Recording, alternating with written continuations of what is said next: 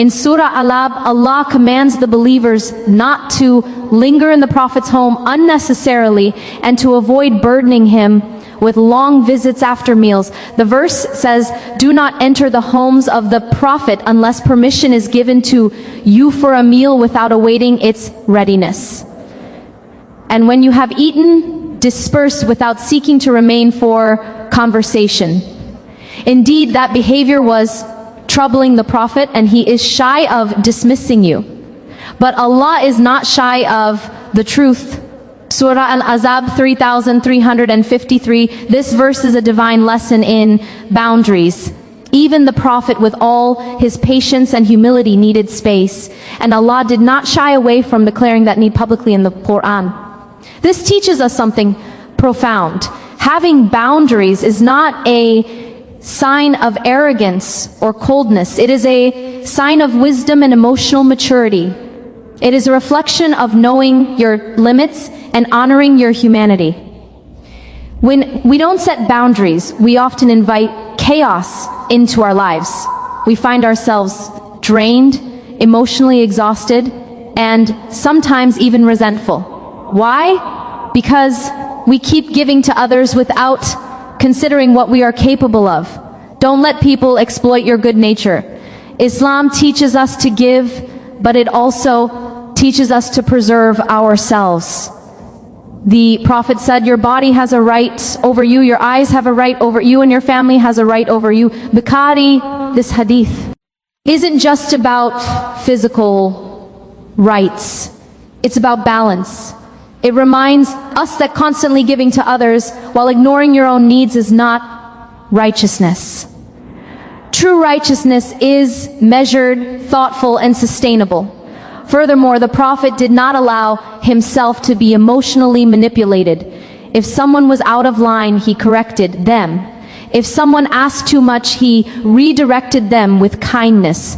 There were companions who made mistakes, who took liberties, and yet the Prophet knew how to correct them without being harsh, but also without being passive.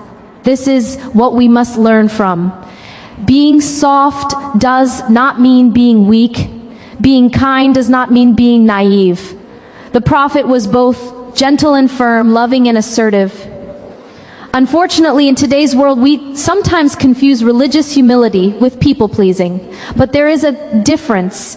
Humility is lowering yourself before Allah, acknowledging your limitations and treating others with respect. People-pleasing, however, often leads to spiritual harm. It places the approval of others above the approval of Allah. And when that happens, we begin to feel empty, because no matter how much we give, it's never enough for people who don't respect boundaries. The Sunnah shows us how to navigate relationships with balance. We help others, yes, but not at the cost of our mental health or our faith.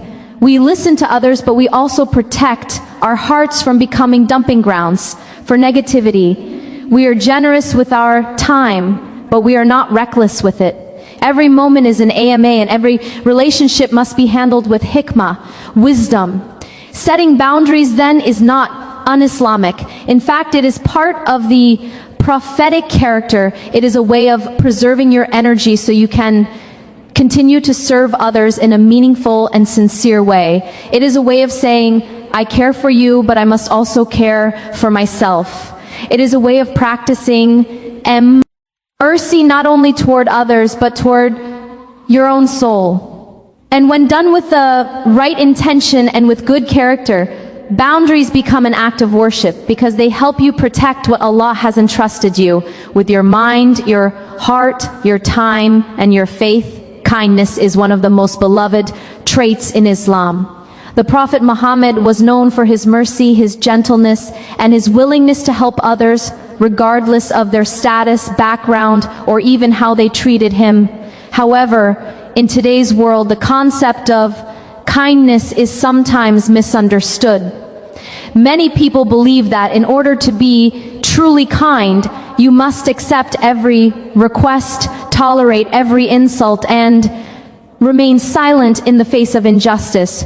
But that's not what Islam teaches. Kindness, when not rooted in wisdom, can easily turn into weakness. And Islam does not promote weakness. It promotes strength, dignity, and justice. There is a delicate balance between being kind and being taken advantage of. The Prophet was kind, but he was never weak. He forgave, but he stood up for what was right. He was generous, but he knew when, kindness with wisdom, prophetic example, to say no. If we allow our kindness to become a reason for others to manipulate us, walk over us, or burden us unjustly, we are not practicing prophetic kindness. We are simply allowing ourselves to be misused. And when that happens over and over again, we eventually feel hurt, bitter, and even spiritually drained. Allah commands us to be just, and justice starts with how we treat ourselves. If your kindness leads to injustice against yourself, where you constantly feel exhausted, taken for granted, or emotionally broken, then something is not right. Allah says in the Quran, indeed Allah commands justice, excellence, and giving to relatives, and forbids immorality, bad conduct, and oppression. Surah An-Nahl 1690, oppression is not just what others do to us. It's also what we allow to happen when we don't speak up or set limits. It's important to recognize that Islam never equated righteousness with self-eraser. You are allowed to speak up. You are allowed to protect yourself.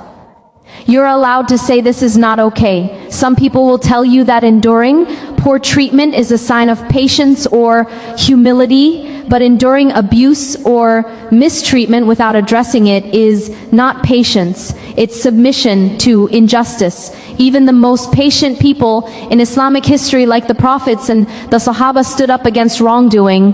They didn't allow kindness to become a tool used against them. The Prophet taught us strength through his actions. When people disrespected the message, he stood firm. When hypocrites tried to test his patience or question his leadership, he responded with clarity and dignity.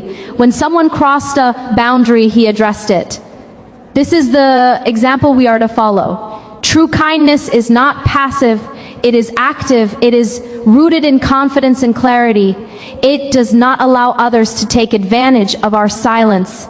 Furthermore, we must remember that the aim of our kindness is not to be liked by everyone. It is to please Allah. If you are constantly trying to earn people's approval by being overly available, endlessly giving, or staying silent in the face of disrespect, you will never feel peace. People's opinions change, their gratitude fades, their expectations grow. But Allah sees everything. He knows your intentions, your efforts, and your sacrifices.